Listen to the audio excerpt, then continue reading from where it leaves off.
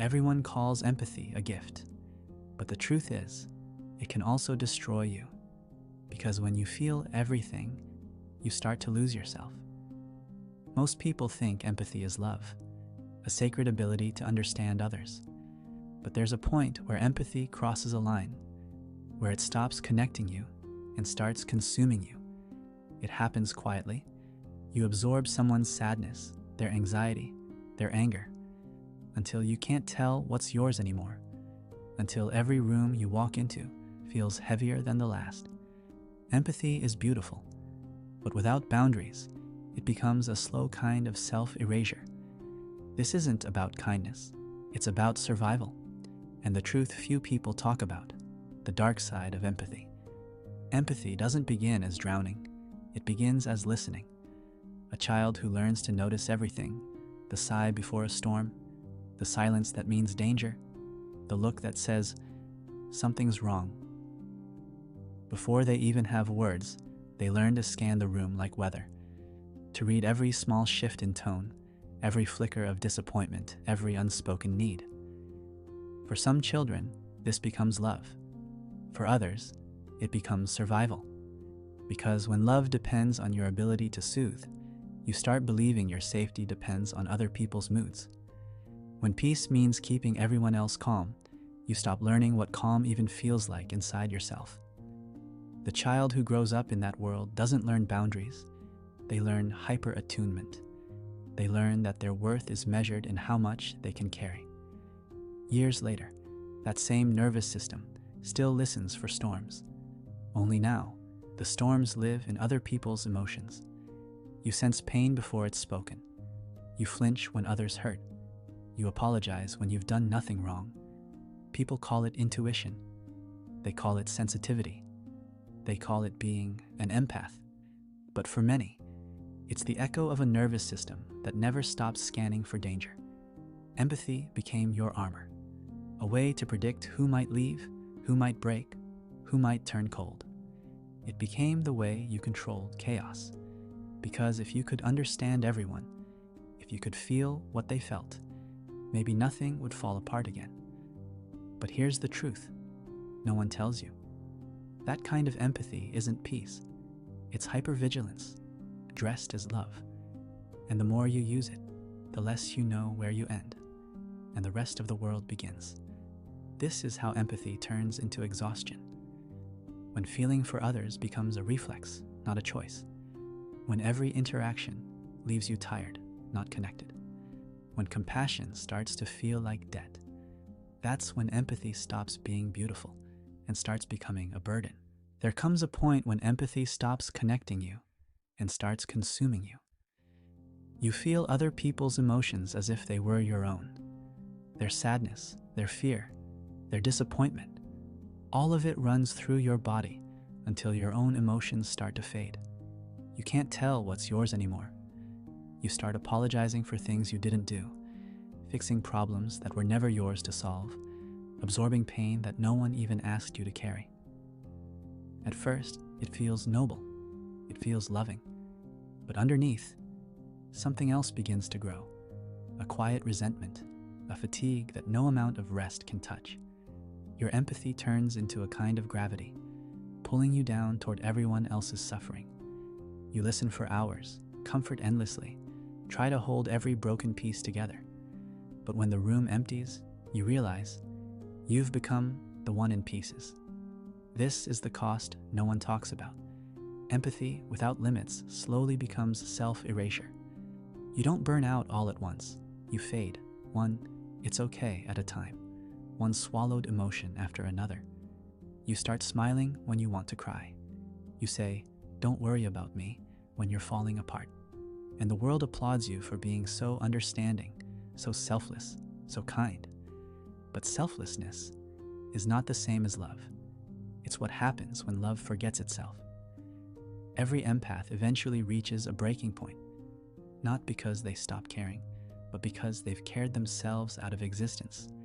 It's a strange kind of pain to love people so deeply and still feel invisible in the process.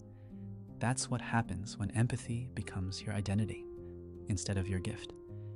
Because the moment you can't stop feeling for others, you stop feeling for yourself. Every light casts a shadow, and empathy is no different. We love to see it as pure, as a sacred gift that only heals. But even empathy has a hidden motive.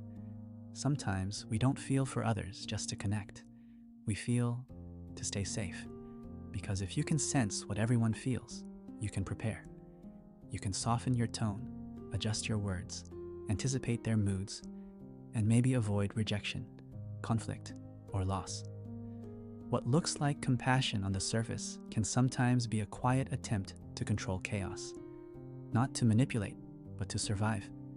You learn to read emotions like weather reports, to fix pain before it breaks you, to calm others before their storms reach you. You call it empathy, but sometimes it's vigilance. Empathy becomes the armor you wear to keep the world predictable. You help, you soothe, you heal. Not always because you can, but because you have to. Because peace feels fragile, and stillness feels like danger. This is empathy's shadow, the quiet belief that if everyone else is okay, maybe you will be too. But the cost is heavy. You start confusing love with management. You try to protect people from their own feelings, and in doing so, you stop trusting them to carry their own pain. You start mistaking control for care, responsibility for love. Jung once said, "The shadow is everything you refuse to see about yourself." And this is empathy's shadow, the hidden part that wants safety more than connection.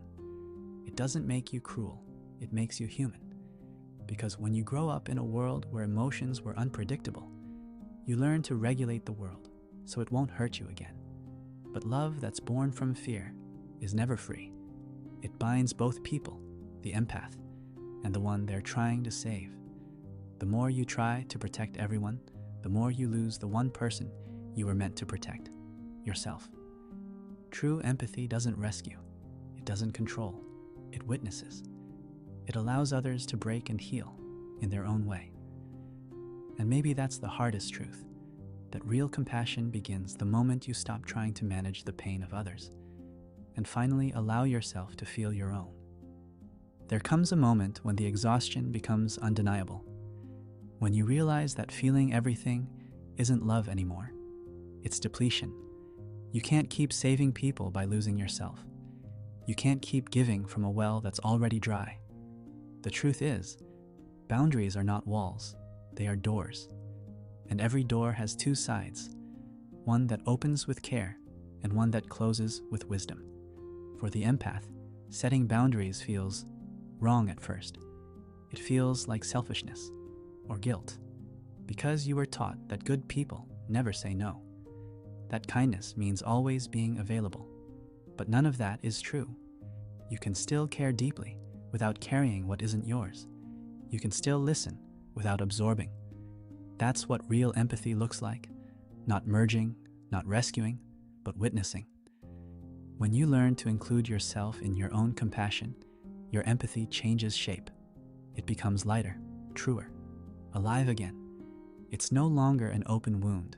It's an open heart with strong edges. You begin to understand that protecting your peace doesn't make you unkind, and the world doesn't need you broken and drained. It needs you whole. True empathy isn't about feeling everything.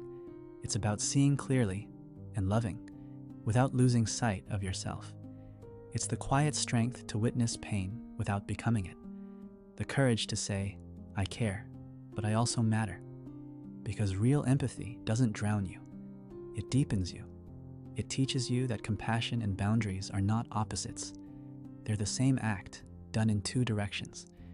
When you include yourself in your own kindness, your empathy becomes freedom, not a burden. And maybe that's the lesson. You were never meant to feel it all, only to love, wisely, and without disappearing. If you'd like to keep exploring the hidden sides of the human heart, leave a light behind, a like, a comment, or simply your presence. Until next time, be kind, but never at the cost of yourself.